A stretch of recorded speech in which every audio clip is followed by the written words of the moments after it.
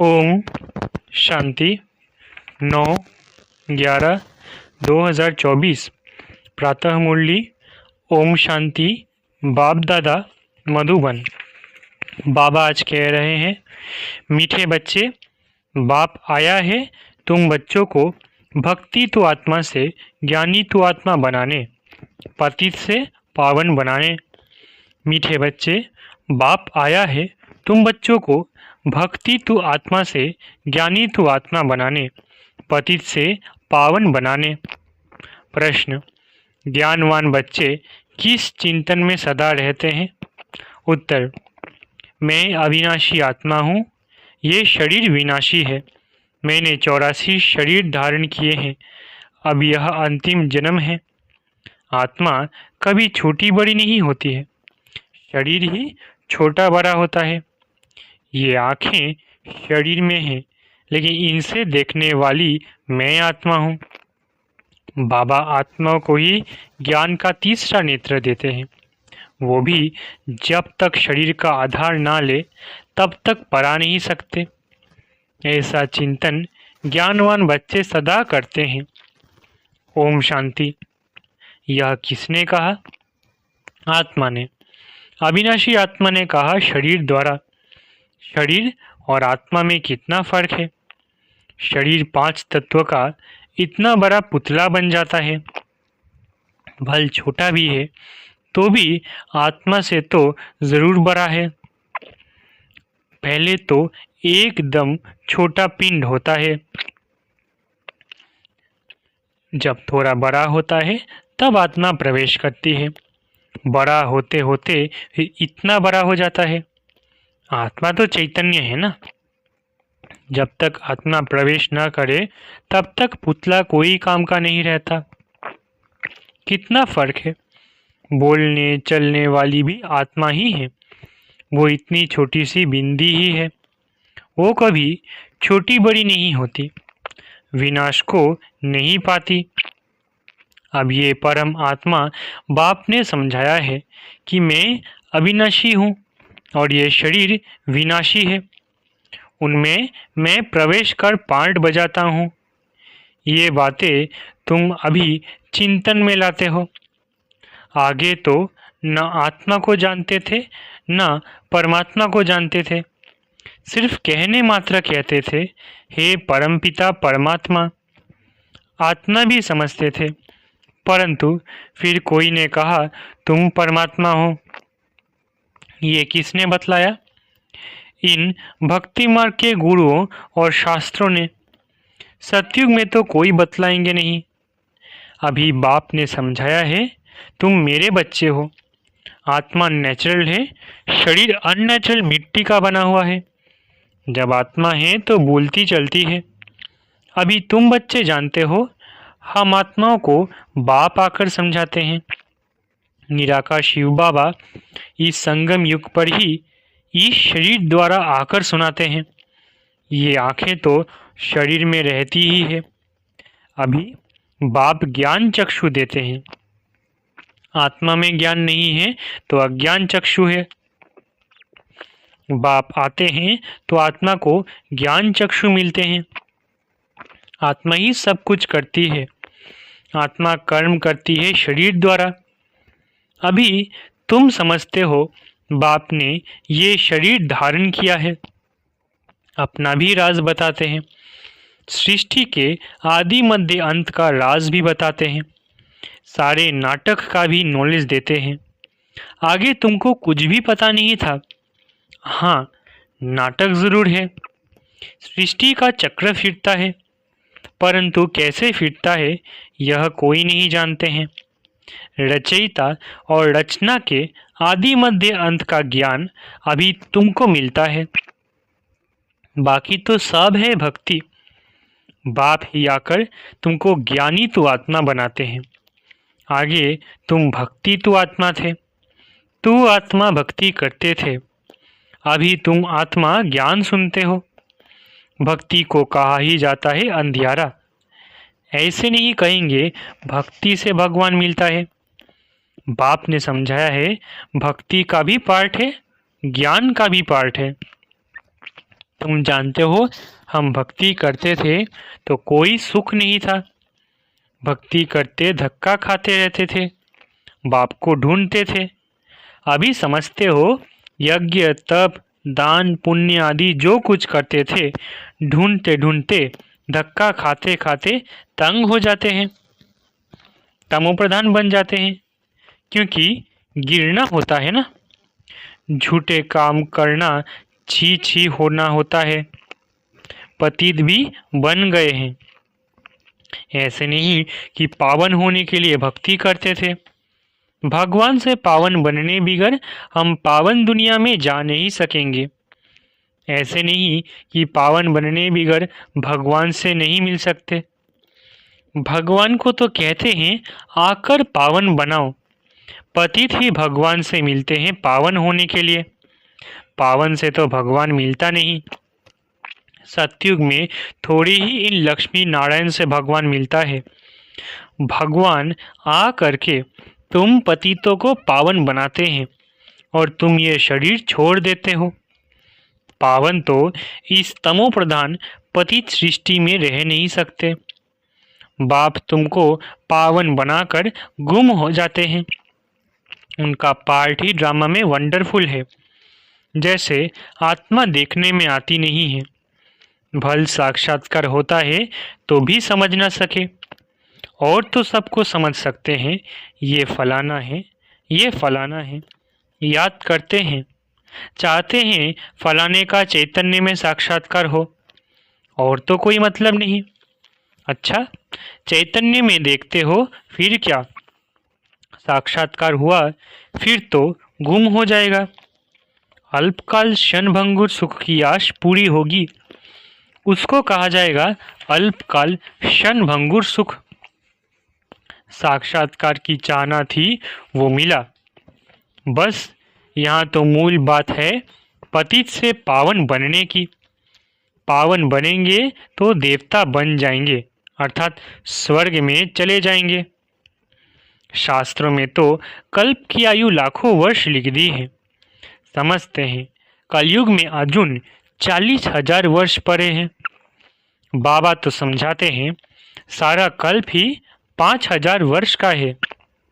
तो मनुष्य अंधियारे में है ना, उसको कहा जाता है घोर अंधियारा।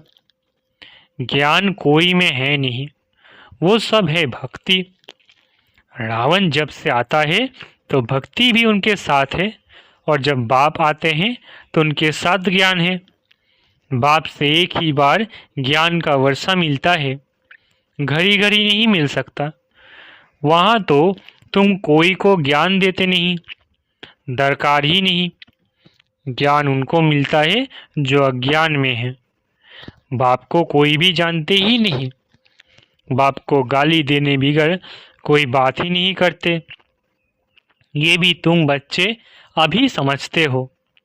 तुम कहते हो ईश्वर सर्वव्यापी नहीं है, वो हम आत्माओं का बाप है, और वो कहते हैं कि नहीं, परमात्मा ठीक कर भीतर है। तुम बच्चों ने अच्छी तरह समझा है, भक्ति बिल्कुल अलग चीज़ है। उनमें ज़रा भी ज्ञान होता नहीं, समय ही सारा बदल जाता है। भगवान का भी नाम बदल जाता है, फिर मनुष्यों का भी नाम बदल जाता है। पहले कहा जाता है देवता, फिर क्षत्रिय वैश्य शूद्र। वो दैवी गुणों वाले मनुष्य है और ये आसुरी गुणों वाले मनुष्य। बिल्कुल छी छी है। गुरु नानक ने भी कहा है असंख्य चोर। मनुष्य कोई ऐसा कहे तो उनको झट कहेंगे तुम ये क्या गाली देते हो, परंतु बाप कहते हैं ये सब आसुरी संप्रदाय है। तुमको क्लियर कर समझाते हैं, वो रावण संप्रदाय, वो राम संप्रदाय।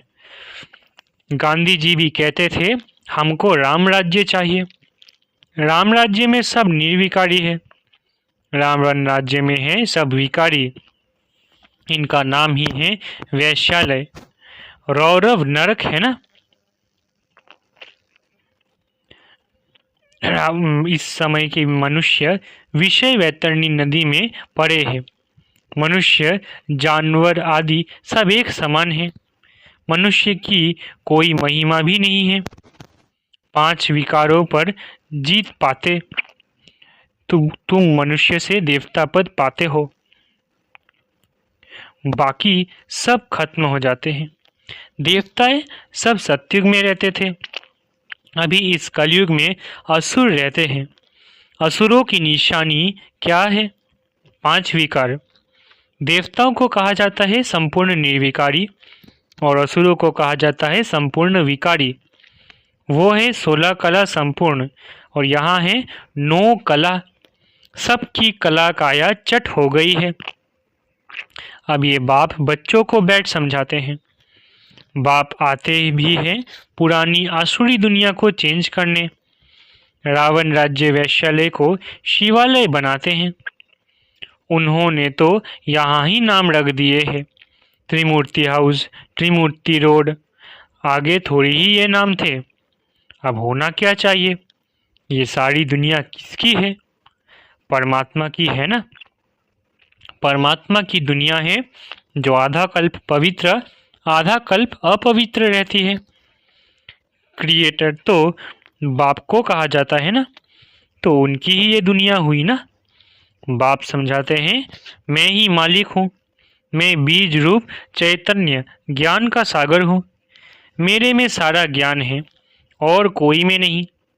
तुम समझ सकते हो इस सृष्टि चक्र के आदि मध्य अंत का नॉलेज बाप में ही है। बाकी तो सब है गपोरे। मुख्य गपोरा बहुत खराब है, जिसके लिए बाप उल्हेना देते हैं। तुम मुझे ठीक कर भीतर कुत्ते बिल्ली में समझ बैठे हो। तुम्हारी क्या दुर्दशा हो गई है। नई दुनिया के मनुष्यों और पुरानी दुनिया के मनुष्यों में रात दिन का फर्क है। आधा कल्प से लेकर अपवित्र मनुष्य पवित्र देवताओं को माथा टेकते हैं। ये भी बच्चों को समझाया है। पहले पहले पूजा होती ही है शिव बाबा की, जो शिव बाबा ही तुमको पुजारी से पूज्य बनाते हैं। रावण तुमको पूज्य से पुजारी बनाते हैं। फिर बाप ड्रामा प्लान अनुसार तुमको पूज्य बनाते हैं। रावण आदि ये सब नाम तो है ना। दशहरा जब मनाते हैं तो कितने मनुष्यों को बाहर से बुलाते हैं, परंतु अर्थ कुछ नहीं समझते। देवताओं की कितनी निंदा करते हैं। ऐसी बातें तो बिल्कुल है नहीं। जैसे कहते हैं ईश्वर नाम रूप से न्यारा है, अर्थात नहीं है। जैसे वैसे ये जो कुछ खेल आदि बनाते हैं वो कुछ भी है नहीं। ये सब है मनुष्यों की बुद्धि। मनुष्य मत को आसुरी मत कहा जाता है। यथा राजा रानी तथा प्रजा सब ऐसे बन जाते हैं। इनको कहा ही जाता है डेविल वर्ल्ड। सब एक दो को गाली देते रहते हैं। तो बाप समझाते हैं बच्चे, जब बैठते हो तो अपने को आत्मा समझ बाप को याद करो। तुम अज्ञान में थे तो परमात्मा को ऊपर में समझते थे। अभी तो जानते हो बाप यहाँ आया हुआ है, तो तुम ऊपर में नहीं समझते हो। तुमने बाप को यहाँ बुलाया है इस तन में। तुम जब अपने अपने सेंटर्स पर बैठते हो तो समझेंगे शिव बाबा मधुबन में इनके तन में है। भक्ति मार्ग में तो परमात्मा को ऊपर में मानते थे। हे भगवान, अभी तुम बाप को कहाँ याद करते हो? क्या बैठकर करते हो? तुम जानते हो ब्रह्मा के तन में है तो जरूर यहाँ याद करना पड़ेगा। ऊपर में तो है नहीं। यहाँ आया हुआ है पुरुषोत्तम संगम युग पर। बाप कहते हैं तुमको इतना ऊंच बनाने में यहाँ आया हूँ। तुम बच्चे यहाँ याद करेंगे, भक्त ऊपर में याद करेंगे। तुम भल विलायत में होंगे तो भी कहेंगे ब्रह्मा के तन में शिव बाबा है। तन तो जरूर चाहिए ना। कहाँ भी तुम बैठे होंगे तो जरूर यहाँ याद करेंगे। ब्रह्मा के तन में ही याद करना पड़े। कई बुद्धिहीन ब्रह्मा को नहीं मानते। बाबा ऐसे नहीं कहते ब्रह्मा को याद ना करो। ब्रह्मा बिगड़ शिव बाबा कैसे याद पड़ेगा? बाप कहते हैं मैं इस तन में हूँ, इसमें मुझे याद करो। इसलिए तुम बाप और दादा दोनों को याद करते हो। बुद्धि में यह ज्ञान है, इनकी अपनी आत्मा है। शिव बाबा को तो अपना शरीर नहीं है। बाप ने कहा है मैं इस प्रकृति का आधार लेता हूँ। बाप बैठ सारे ब्रह्मांड और सृष्टि के आदि मध्य अंत का राज समझाते हैं, और कोई ब्रह्मांड को जानते ही नहीं। ब्रह्म जिसमें हम और तुम रहते हो, सुप्रीम बाप, नॉन सुप्रीम आत्माएं रहने वाली उस ब्रह्मलोक शांतिधाम की है। शांतिधाम बहुत मीठा नाम है। ये सब बातें तुम्हारी बुद्धि में हैं। हम असुल के रहवासी ब्रह्म महातत्व के हैं, जिसको निर्वाण धाम वानप्रस्थ कहा जाता है। ये बातें अभी तुम्हारी बुद्धि में हैं। जब भक्ति है तो ज्ञान का अक्षर नहीं। इनको कहा जाता है पुरुषोत्तम संगम युग, जबकि चेंज होती है। पुरानी दुनिया में असुर रहते हैं, नई दुनिया में देवताएं रहते हैं, तो उनको चेंज करने के लिए बाप को आना पड़ता है। सत्युग में तुमको कुछ भी पता नहीं रहेगा। अभी तुम कलयुग में हो तो कुछ पता नहीं है। जब नई दुनिया में होंगे तो भी इस पुरानी दुनिया का कुछ पता नहीं होगा। अभी पुरानी दुनिया में हो तो नई का मालूम नहीं है। नई दुनिया कब थी पता नहीं, वो तो लाखों वर्ष कह देते। तुम बच्चे जानते हो बाप इस संगम युग पर ही कल्प कल्प आते हैं, आकर इस वैरायटी झाड़ का राज समझाते हैं, और ये चक्र कैसे फिरता है वो भी तुम बच्चों को समझाते हैं। तुम्हारा धंधा ही है यह समझाने का। अब एक एक को समझाने से तो बहुत टाइम लग जाए, इसलिए अभी तुम बहुतों को समझाते हो। बहुत समझते हैं। ये मीठी मीठी बातें फिर बहुतों को समझानी है। तुम प्रदर्शनी आदि में समझाते हो, अब शिव जयंती पर और भी अच्छी रीति बहुतों को बुलाकर समझाना है। खेल की ड्यूरेशन कितनी है तुम तो एक्यूरेट बताएंगे। ये टॉपिक्स हुई, हम भी ये समझाएंगे। तुमको बाप समझाते हैं जिससे तुम देवता बन जाते हो। जैसे तुम समझकर देवता बनते हो वैसे औरों को भी बनाते हो। बाप ने हमको ये समझाया है। हम किसकी ग्लानि आदि नहीं करते हैं। हम बतलाते हैं ज्ञान को सद्गति मार्ग कहा जाता है। एक सद्गुरु ही है पार करने वाला। ऐसी ऐसी मुख्य पॉइंट्स निकाल कर समझाओ। ये सारा ज्ञान बाप की सिवाय कोई दे नहीं सकता। अच्छा, मीठे मीठे सिकिलधे बच्चों प्रति माता पिता बाप दादा का याद प्यारा गुड मॉर्निंग। रूहानी बाप की रूहानी बच्चों को नमस्ते। हम रूहानी बच्चों की रूहानी माता पिता बाप दादा को याद प्यार गुड मॉर्निंग और नमस्ते नमस्ते नमस्ते। शुक्रिया बाबा। धारणा के लिए मुख्य सार। पहला, पुजारी से पूज्य बनने के लिए संपूर्ण निर्विकारी बनना है। ज्ञानवान बन स्वयं को स्वयं ही चेंज करना है। अल्पकाल सुख के पीछे नहीं जाना है। दूसरा, बाप और दादा दोनों को ही याद करना है। ब्रह्मा बिगर शिव बाबा याद आ नहीं सकता। भक्ति में ऊपर याद किया, अभी ब्रह्मा तन में आया है तो दोनों ही याद आने चाहिए। वरदान, हर कर्म में विजय का अटल निश्चय और नशा रखने वाले अधिकारी आत्मा भव। हर कर्म में विजय का अटल निश्चय और नशा रखने वाले अधिकारी आत्मा भव। विजय हमारा जन्मसिद्ध अधिकार है। इस स्मृति से सदा उठते चलो। कुछ भी हो जाए ये स्मृति में लाओ कि मैं सदा विजयी हूँ। क्या भी हो जाए ये निश्चय अटल हो। नशे का आधार है ही निश्चय। निश्चय कम तो नशा कम, इसलिए कहते हैं निश्चय बुद्धि विजयी। निश्चय में कभी कभी वाले नहीं बनना। अविनाशी बाप है तो अविनाशी प्राप्ति के अधिकारी बनो। हर कर्म में विजय का निश्चय और नशा हो। स्लोगन, बाप के स्नेह की छत्र छाया के नीचे रहो तो कोई भी विघ्न ठहर नहीं सकता। स्लोगन: बाप के स्नेह की छत्र छाया के नीचे रहो तो कोई भी विघ्न ठहर नहीं सकता। अच्छा, ओम शांति। शुक्रिया बाबा।